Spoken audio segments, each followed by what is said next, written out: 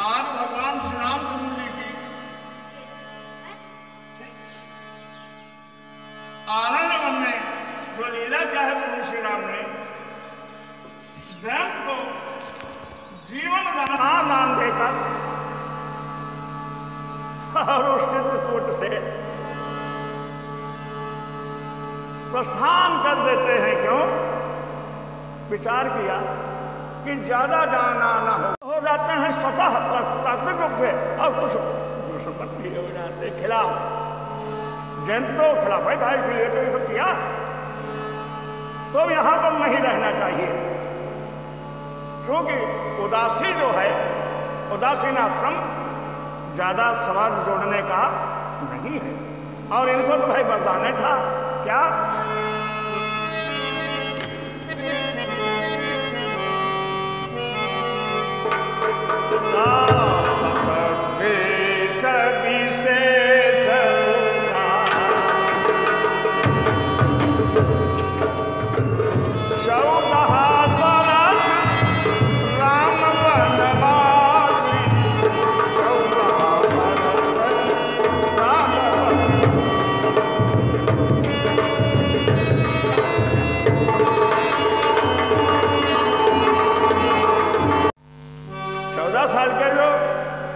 वनवास, उसमें ताकत विशेष उदासी का ध्यान रखना था।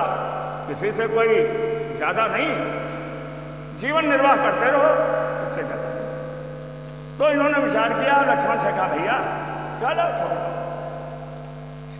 राम लक्ष्मण और भगवती सीता उस आश्रम को त्याग कर और प्रस्थान कर देते हैं। चलते चलते कहां पहुंचे?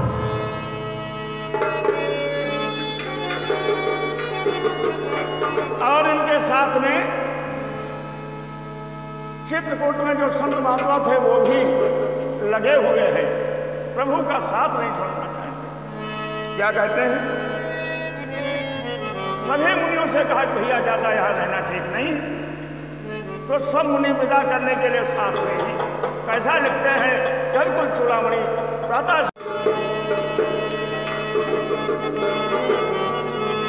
सकल मुनिन सन विदा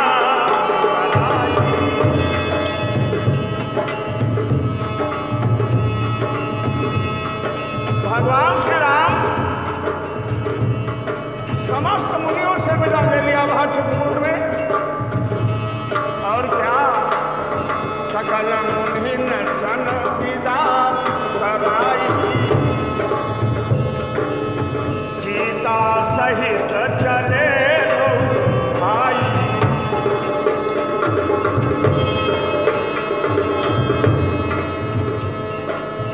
अत्रि के आश्रम जब प्रभु गए, पुलकित गार पुलकित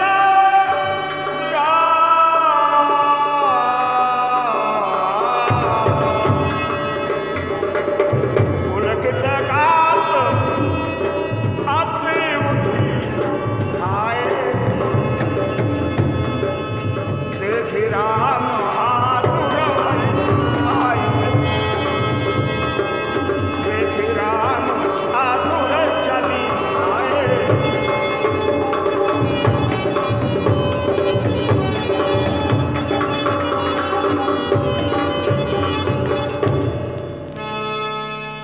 भगवान श्री राम महाराज अत्रि के आश्रम में पहुंचे।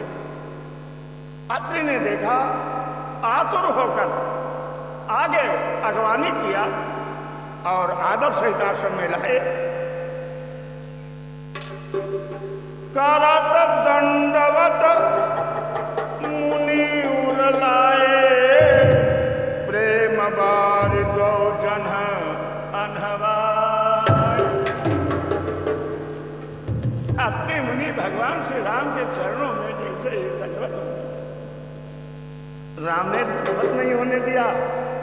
तुम मर्यादा पुरुषोत्तम है, लीला क्षत्रिय वंश से उत्पन्न होने की है, इसलिए ब्राह्मण का आदर है। प्रभु ने बीच में ही उठा लिया और उठाने के बाद अत्रि को अपने हृदय से लगा लिया।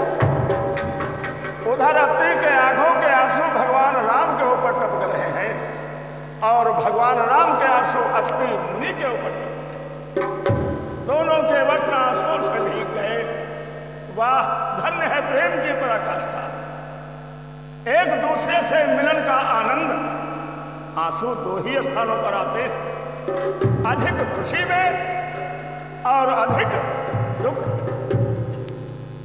एक तीसरी जगह भी हम आप लोगों को बता दें, जहां पर भगवान की कथा सुन करके मन भगवान के प्रेम में विह्वल हो जाए, वहां आंसू जरूर निकला। कैसे?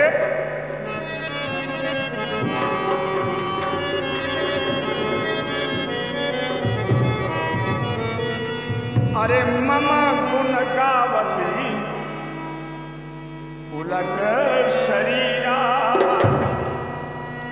मम गुण गावती पुलक शरीरा, और गद गद गिरा मीरा, गद गद गिरा मीरा।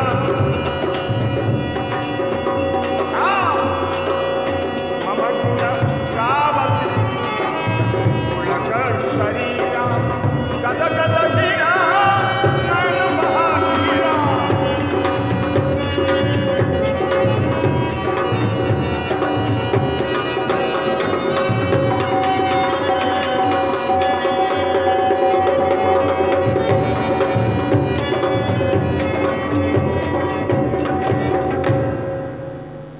तीसरा स्थान है जहां राम की कथा हो रही हो, भगवान की कथा हो रही हो, कितना आनंदित हो जाओ, इतना आनंदित हो जाओ, कितना भगवान को प्रेम लग जाए कि आपकी आंखों से आंसू। तभी समझना कि मैंने प्रभु की कथा सुनी जब आपकी आंखों से आंसू और सुगंध प्रदर्शित होने लगे। आइए, आज भगवान राम अत्रि के आश्रम में विराजमान है। अत्रि मुनि ने कंद मूल फल भगवान की सेवा में प्रस्तुत किया। भगवान राम को देखकर बड़ा ही आनंदित हुए। करि पूजा कहि वचन सुहाए, दिए मूल फल प्रभु मन भाए। भगवान को बड़ा अच्छा लगा वो सुंदर कंदमूल फल। कहते हैं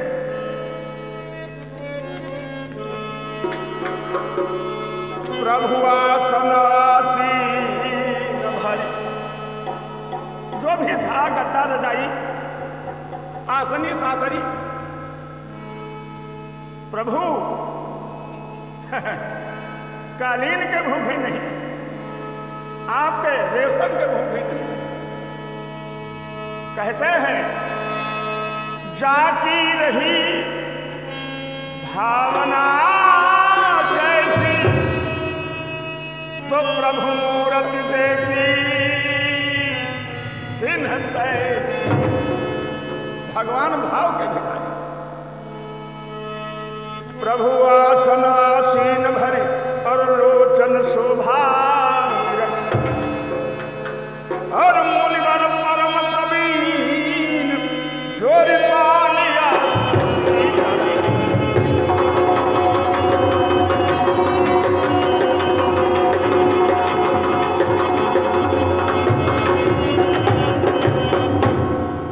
कहते हैं सुंदर यथासंभव आसीन करने के आसन पर भगवान को विराजमान किया, और फिर हाथ जोड़ करके भगवान की विनती करने लगे। आज त्रिलोक के स्वामी इस कुटिया में पधारे, पहला कारण।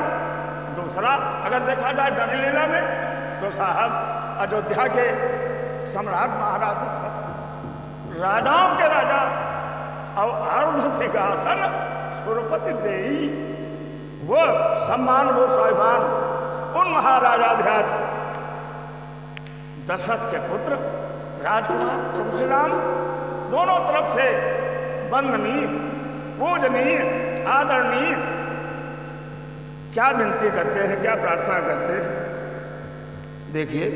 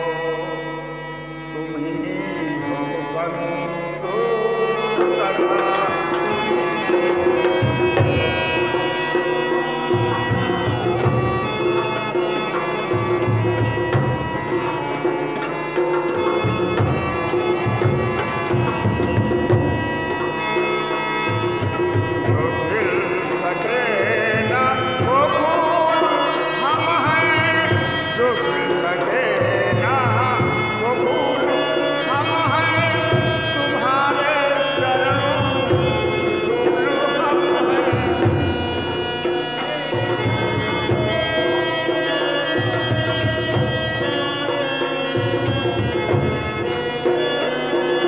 तुम्ही हो माता पिता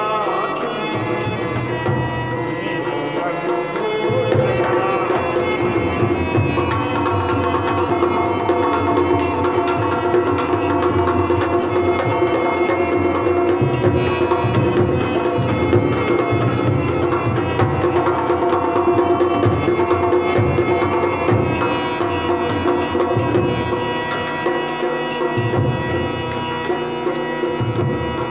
तुम्ही हो साथी तुम्ही सहारे तुम्ही हो साथी तुम्ही सहारे कोई ना अपना सगा तुम्हारे।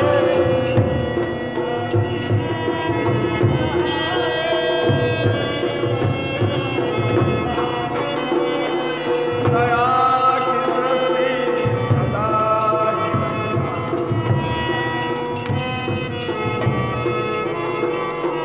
दया की दृष्टि सदा ही बंधु सखा।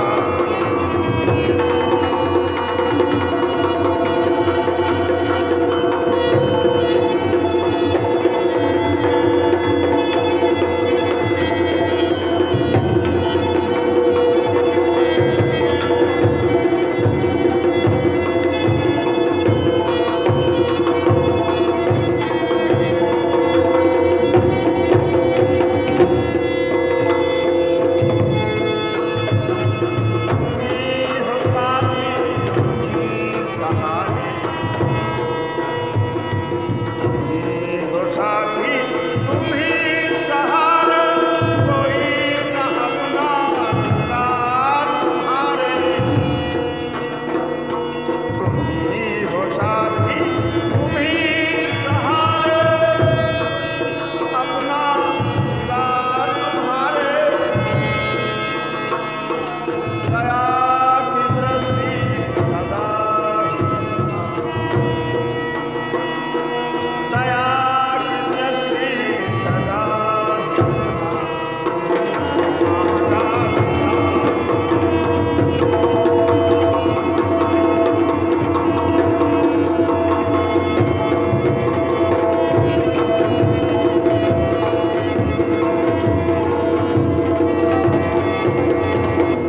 बोले रामकृष्ण भगवान की। नाना प्रकार से प्रार्थना कर रहे हैं आज अपने मुनि भगवान श्री राम जी की। उधर माँ अनसुईया राम बाचक माँ भगवती सीता को कुटी के अंदर ले गई। सीता जी ने आज शक्ति जनक नंदिनी सीता उस ब्राह्मण पत्नी अनसुईया के चरणों में वंदन किया। क्या कहते हैं?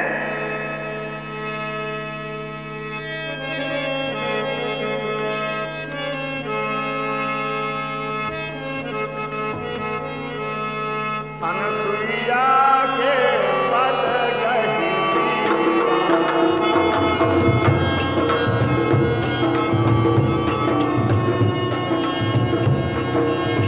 अनसुईया के पद गही सीता मिली बहोरी सुशील विनीता। ऋषि पत्नी मन सुख अधिकाई ऋषि पत्नी मन सुख अधिकाई। आशीष देहि अचल परिमाई।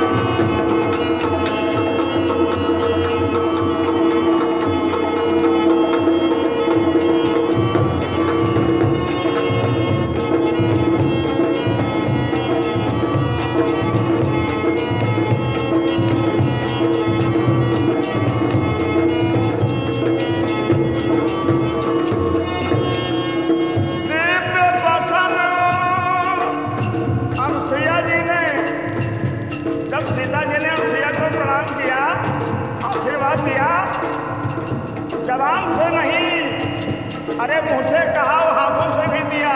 क्या दिव्य बसंत भूषण पहिराए, जे नित नूतन अमल सुनाए।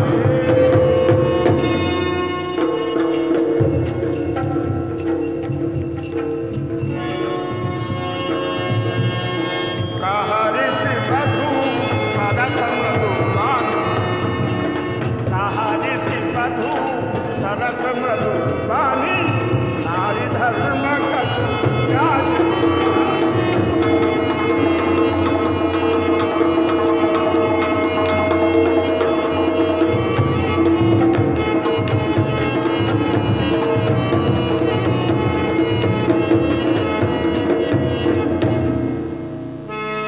कहते हैं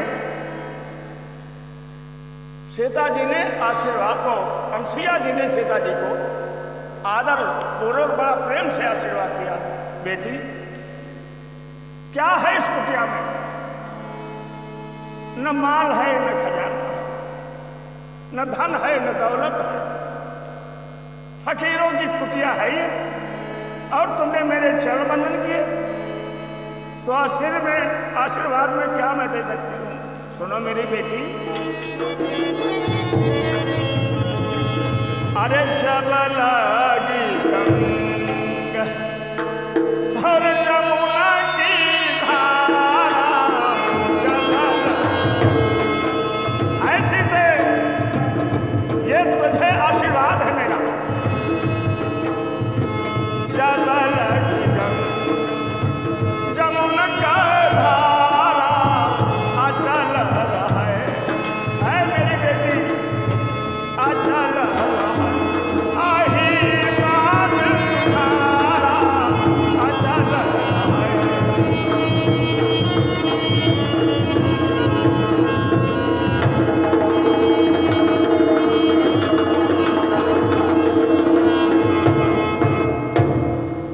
अनसुईया जी ने आशीर्वाद दिया, बेटी जब तक गंगा की धारा बहती रहे तब तक तुम्हारा सौभाग्य अधिक रहे, अमर रहे।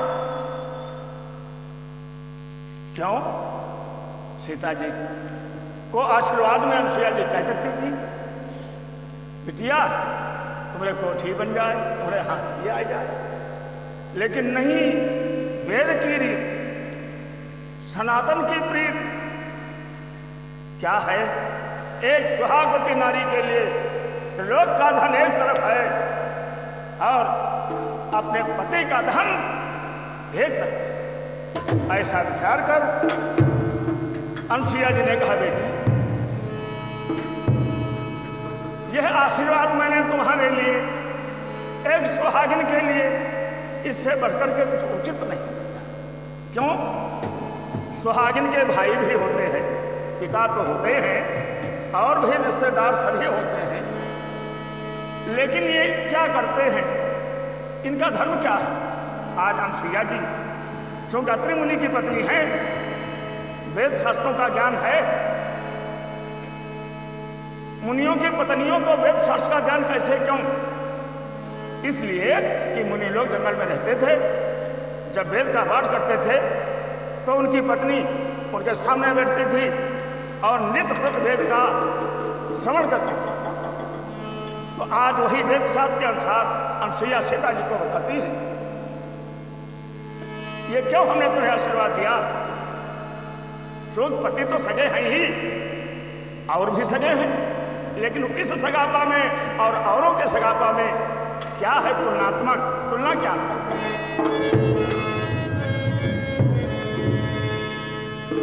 मातु पिता भ्राता हितकारी मित प्रदशा बेटी अमित दान भरता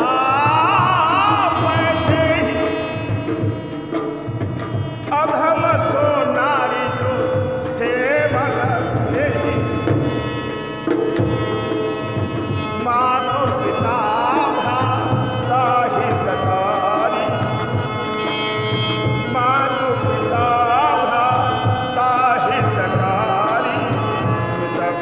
सब काज तुम्हारी।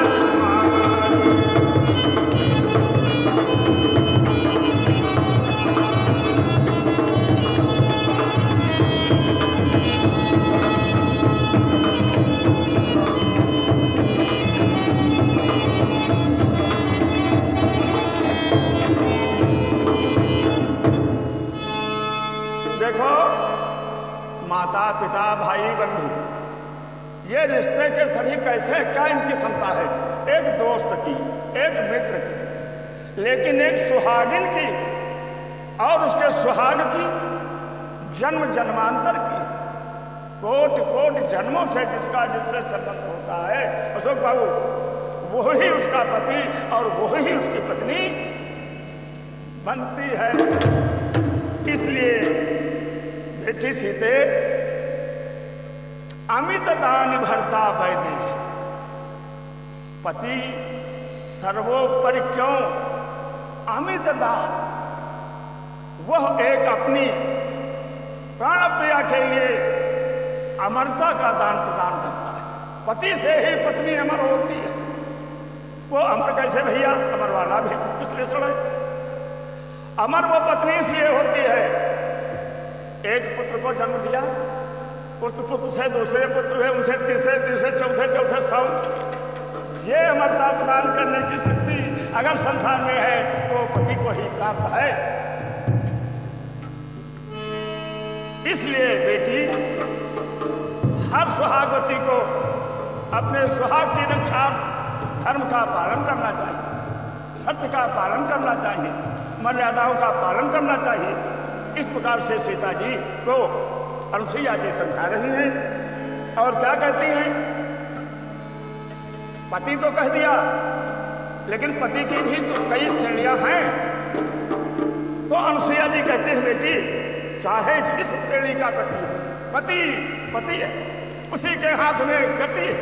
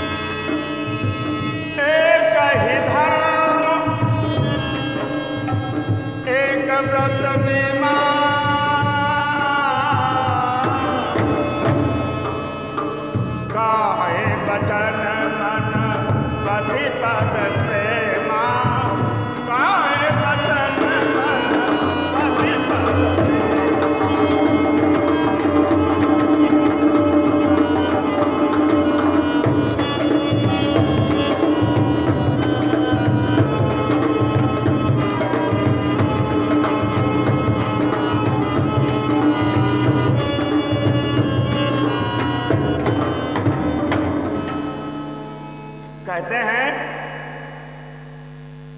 कौन ही वृद्ध रोगी पति अगर तुम्हारा है तो तुमको समान एक ही भाव से करना चाहिए। हाँ, और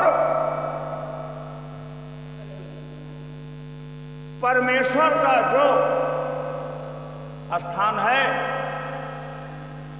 वही पति का स्थान है, ऐसा अनुसुईया ने सीता जी को समझाया। और कहती हैं बेटी इस संसार में पतिव्रताओं की भी श्रेणी है जैसे पतियों की है। अंध, बधिर, रोगी, अतिदीना, ऐसे ही जो पतिव्रता नारियां हैं वो भी 4 प्रकार की हैं। कौन कौन? पहले प्रकार की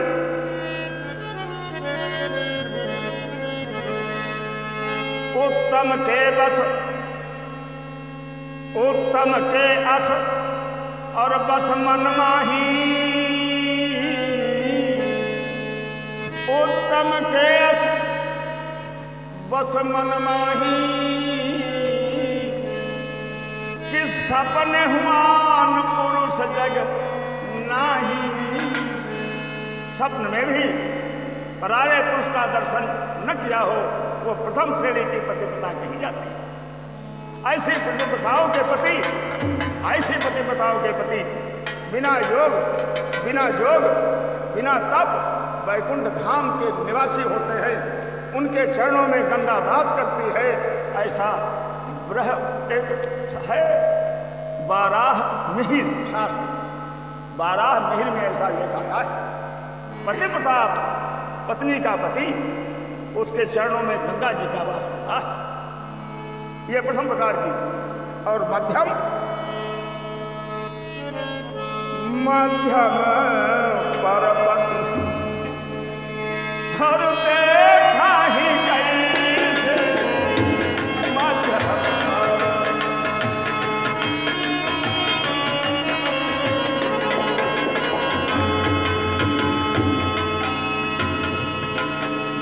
मध्यम पर पति देखें कैसे,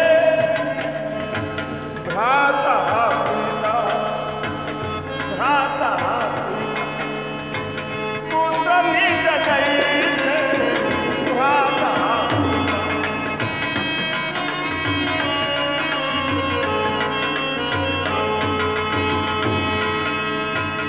और तीसरे नंबर की धर्म विचारी नारी जे रही, तेरी कष्ट सुख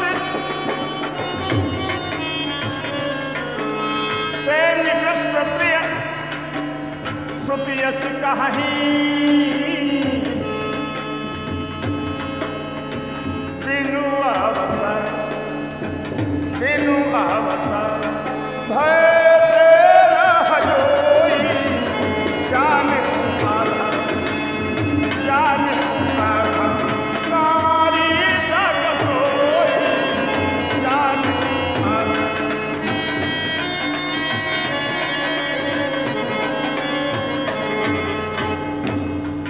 जने खासियत है।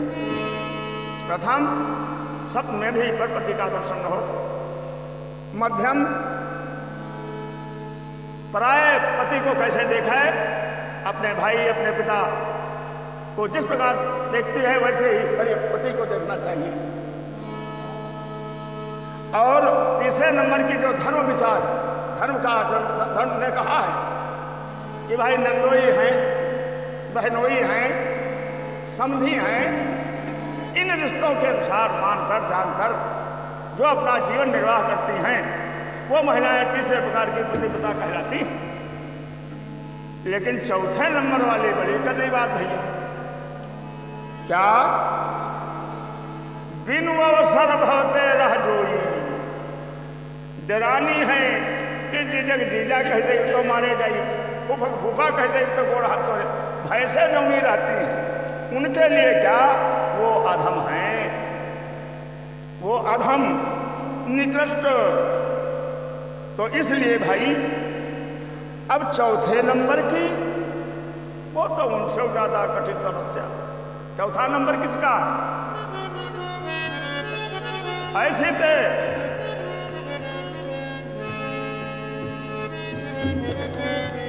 अरे पति वंचक परपति रति करई, वो चौथी श्रेणी पति वंचक परपति रति करई, तो रौरव नरक नारी सो परई।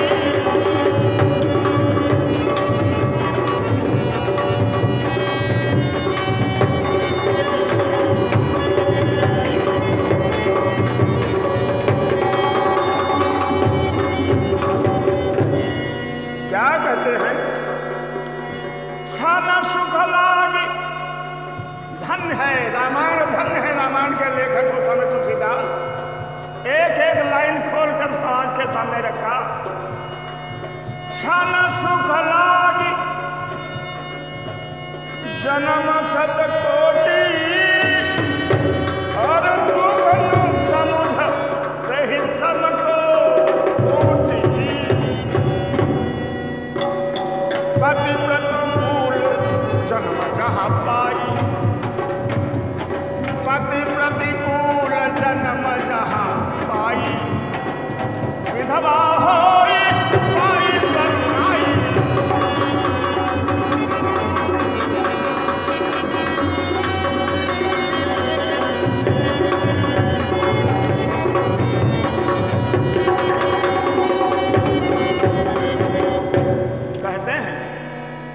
अनसुईया जी ने कहा, बेटी क्षणिक सुख के लिए जो अपने धर्म का आचरण नष्ट कर देती है वो रौरव नर्क में पड़ती है, करोड़ों जन्म तक वहां से मुक्त नहीं होती। उसके बाद जब मुक्ति मिलती है तो अगले जन्म में हरी जवानी में उसको विधवा होना। इसलिए बेटी किसी भी नारी को, विवाहित नारी को व्रत की जरूरत नहीं, कोई धार्मिक कृत्य की आवश्यकता नहीं। 700 धर्म छोड़ो। बाबा गोस्वामी तुलसीदास जी ने लिखा, सहज अपावन नारी पति सेवत शुभ गति लहाई, जस गावती सुचारी।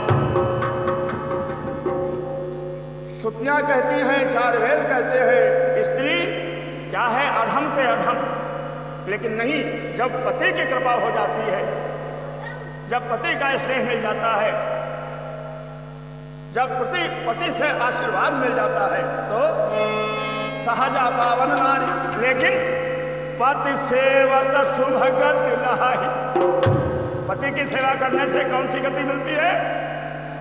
जो प्राणी जन्म जन्म मुंगतन कराही, वो केवल पत्नी को पति के चरणों से सेवा करने पर प्राप्त होती है।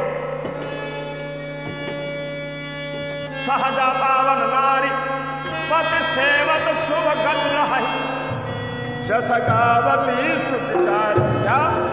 अरे आजा हूं तुलसी का हरि प्रिया, आजा हूं तुलसी का।